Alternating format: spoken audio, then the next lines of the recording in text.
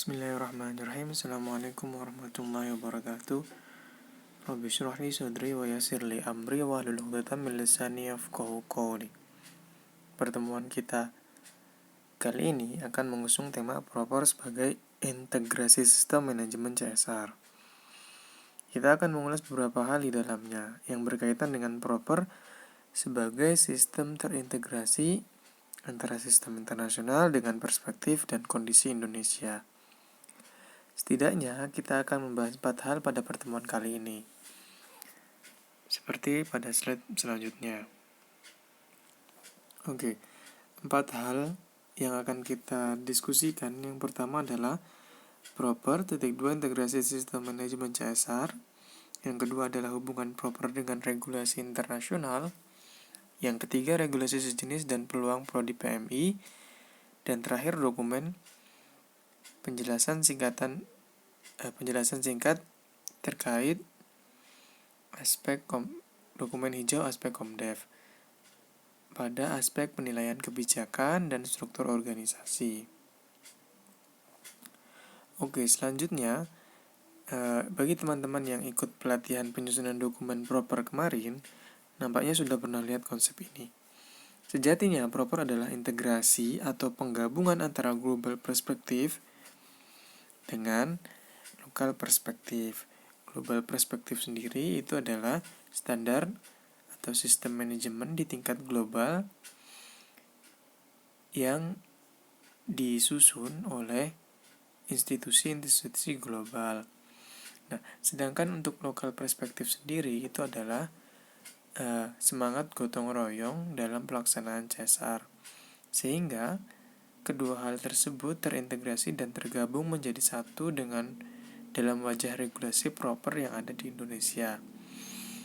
Jadi gambaran singkatnya adalah proper merupakan penggabungan antara global perspektif dengan lokal perspektif, yang mana global perspektif ini dibuat oleh institusi tingkat global, sedangkan lokal perspektif ini adalah kearifan lokal yang ada di Indonesia. Dalam hal ini yang digarisbawahi adalah semangat gotong royong yang ada di Indonesia. Kita akan melihat di mana letak global perspektif dan lokal perspektifnya pada slide selanjutnya. Oke, integrasi sistem manajemen. Teman-teman sudah lihat pada pertemuan kedua, kalau nggak salah kita sudah mendiskusikan tentang UN Global Compact yang saya sebutkan secara rigid bahwasannya ini adalah regulasi yang diadopsi oleh proper. Nah, saya akan integrasi sistem ini, kita akan lihat atau saya akan buatkan sebuah flowchart yang menunjukkan hubungan antara proper dan UN Global Compact ini. Oke. Pertama,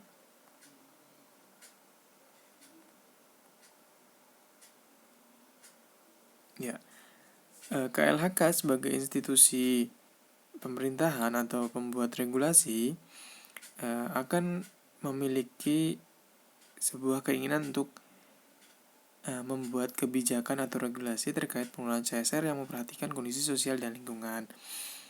Maka KLHK tidak bisa mengerjakan ini secara sendiri, perlu ada institusi lain, dalam hal ini akademisi, yang mengkonsep regulasi tersebut. KLHK menghubungi akademisi yang pada kesempatan ini adalah Universitas Gadjah Mada. Nah, Universitas Gadjah Mada berperan dalam memberikan masukan khususnya aspek Komdev saja. UGM sebagai akademisi di sini mencari konsep yang baik dan layak diadopsi. Pencarian ini dilakukan dengan memperhatikan regulasi pada tingkat global. Oke, akhirnya UGM memutuskan untuk memilih UN Global Compact Management Model sebagai rujukannya. Nah, alurnya seperti ini. Jadinya nanti dari KLHK ke UGM, nah UGM mengadopsi dari UN Global Compact. Nah, di sini UGM kemudian menggodok ulang konsep tersebut disesuaikan dengan lokal perspektif dan hasilnya disampaikan kepada KLHK.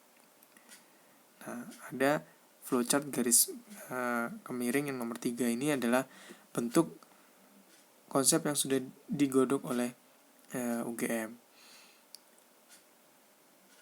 Kemudian setelah dianggap layak oleh KLHK, maka KLHK memutuskan mengeluarkan sebuah regulasi yang berhubungan dengan pengelolaan CSR yang memperhatikan kondisi sosial dan lingkungan.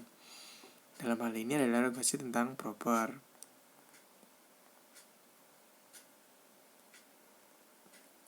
Nah, seperti ini. Jadi alurnya seperti ini. Kenapa integrasi sistem manajemen yang proper buat itu ternyata mengadopsi antara isu di tingkat global dan perspektif lokal. Itu secara konsep. Saya juga akan membuatkan flowchart yang langsung menggambarkan secara rigid bahwasannya proper ini terintegrasi dengan regulasi yang ada tingkat global. Oke, ini adalah flowchartnya.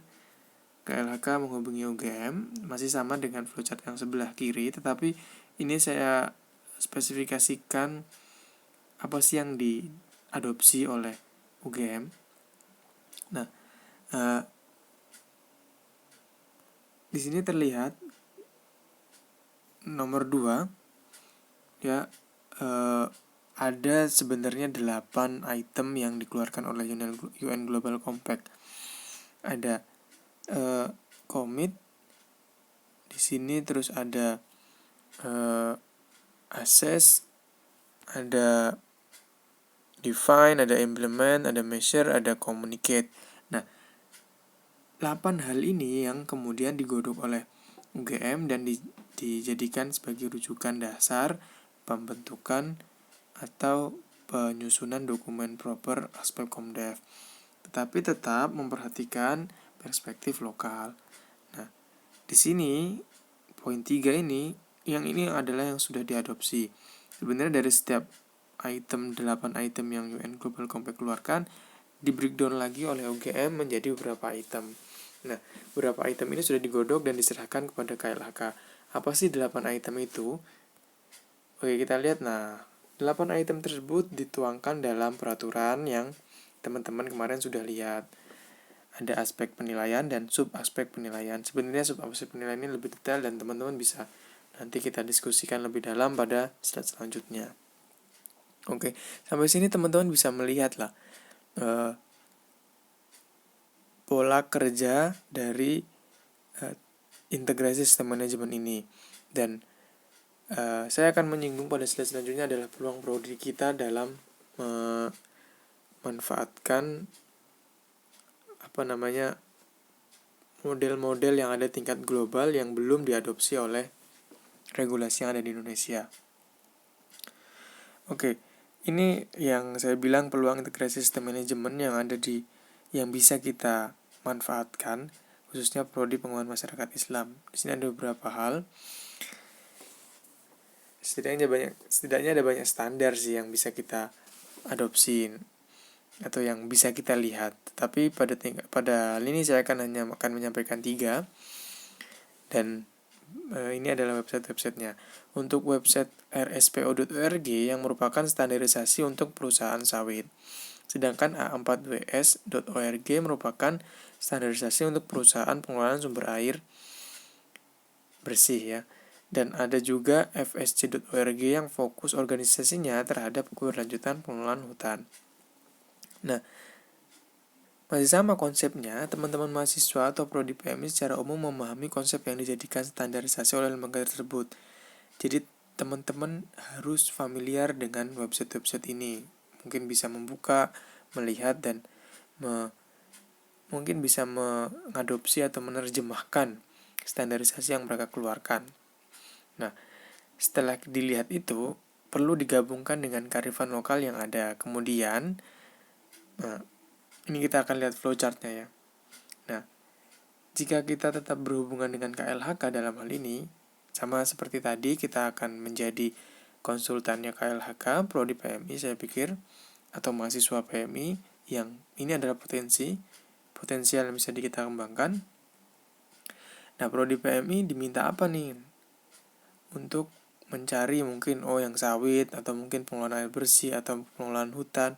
Nah, kalaupun tidak diminta, kita mungkin bisa menginisiasi dengan membuat itu dulu. Kemudian nanti setelah itu kita buat dan kita gabungkan dengan perspektif lokal, sehingga menjadikan sebuah program atau kebijakan atau indikator yang jelas, nah, yang sudah sesuai dengan kearifan lokal. Nah, akhirnya kita jual, dalam tanda kutip kita jual kepada pemangku kebijakan, mungkin KLHK, mungkin dinas-dinas lain. Nah, kemudian setelah kita jual, mungkin nanti bisa diadopsi oleh KLHK atau dinas lain, digunakan untuk seluruh perusahaan di Indonesia. Artinya kita yang membuat standar, dan kita nanti akan memberikan penilaian terhadap perusahaan-perusahaan tersebut yang selama ini mungkin ada beberapa indikator atau beberapa standarisasi yang sebenarnya belum dimiliki oleh institusi pemerintahan. Maka harusnya akademisi hadir untuk menawarkan standarisasi tersebut. Tak pikir prodi kita bisa memanfaatkan peluang tersebut. Hal ini juga berlaku pada institusi pemerintah lain seperti Kementerian Sosial ataupun Kementerian Agama. Banyak program pemberdayaan yang tolak ukur keberhasilannya tidak jelas. Maka peran kita adalah membentuk tolak ukur tersebut berdasarkan konsep yang sudah ada di tingkat global, tanpa perlu kita membuat dari nol tentunya, dan diintegrasikan dengan lokal perspektif. Yang mungkin teman-teman familiar adalah program PKH, mungkin program desa mandiri, program keluarga sejahtera, dan lain sebagainya. Nah, jika memang teman-teman melihat itu ada peluangnya, maka langkah pertama ya cari tahu dulu, apa standarisasi di tingkat global itu ada apa tidak. Kalau ada, teman-teman bisa mengartikan dan mengelaborasikan dengan lokal perspektif, seperti flowchart yang saya sampaikan pada slide ini. Oke, selanjutnya kita akan membahas tentang kinerja penilaian proper aspek Komdev, khusus di aspek penilaian kebijakan dan struktur organisasi. Oke, ini ada tabel yang mungkin teman-teman ada yang sudah melihat, ada yang belum. File ini saya peroleh dari hasil yang teman-teman kumpulkan kepada saya di minggu ke-6 kalau nggak salah, untuk menyusun dokumen proper aspek Komdev untuk aspek penilaian kebijakan dan struktur organisasi. Nampaknya ada beberapa yang sudah paham apa yang saya maksud, dan ada beberapa juga yang belum. Jadi sebenarnya yang saya maksud, teman-teman mencari kebijakan atau membuat sendiri kebijakan terkait CSR di sebuah perusahaan. Tapi ada yang melampirkan jurnal, ada yang melampirkan skripsi, ada juga yang melampirkan kutipan dari berita online. Jadi sebenarnya ada kurang pasnya di sini. Tapi nggak masalah. Pertemuan ini kita akan perjelas pembahasan ini. Nah, untuk tabel ini sebenarnya saya dapat dari Mbak Musbitatul Milah. Saya pikir menarik ya, dia mengumpulkan ini. Salah sih sebenarnya, tetapi yang saya apresiasi karena Mbak Mila berarti membaca kriteria ini. Setidaknya salah jalan, Mbak Mila ini salah jalan, tetapi panduannya itu udah benar sebenarnya. Nah, yang saya minta tuh sebenarnya adalah strukturnya, tapi Mbak Mila ini memberikan penilaiannya. Jadi kalau dikata mungkin Mbak Mila salah jalan, tetapi pedomannya sudah benar. Oke. Jika teman-teman perhatikan, minggu lalu saya bilang dokumen hijau itu bentuknya soft file berfolder-folder sesuai dengan aspek dan kriteria penilaian. Untuk aspek penilaian 1 dan 2 adalah kebijakan dan struktur dan tanggung jawab, ya kan? Nah, Mbak Mila sudah benar nih guideline-nya. Jadi kitab suci yang dirujuk ini udah benar. Artinya di dalam folder kebijakan, ya ini poin 1, aspek penilaiannya ini kan ada kebijakan nih. Harus ada 2 file ini. Pertama, terdapat kebijakan tertulis, dan kedua, terdapat sistem tata kelola organisasi. Dan ada poinnya semua, itu ada poin. Kalau di dalam foldernya itu ada kebijakan tertulis, maka dapat nilai 2. Kalau di dalam folder itu ada terdapat sistem tata kelola program, itu berarti dapat nilai 1. Jadi teman-teman kemarin kan ngumpulin file-file itu ya, tapi nggak dibuat folder. Nah, file itu sebenarnya yang akan dinilai. Nah, kalau teman-teman melampirkan berita online, teman-teman melampirkan skripsi, teman-teman melampirkan jurnal ya, otomatis nggak dinilai. Nanti berarti teman-teman nggak dapat, belum bisa dikatakan teman-teman bisa menyusun dokumen proper. Tapi ada juga sebagian yang sudah menuliskan kebijakannya seperti apa. Nah, memang tetapi ada beberapa catatan. Terlepas dari itu, jika teman-teman sudah benar membuatnya, sudah bisa menyusun, berarti teman-teman sudah bisa menyusun dokumen proper, meskipun baru satu aspek saja dan satu kriteria. Ya, setidaknya lumayan lah, dapat nilai 2 kalau teman-teman benar melakukan itu. Nanti kita akan lihat contoh yang cukup baik dan beberapa catatannya.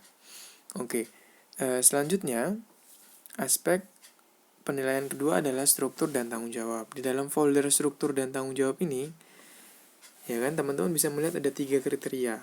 Nah, artinya di dalam satu folder struktur dan tanggung jawab ini harus ada 3 file minimal.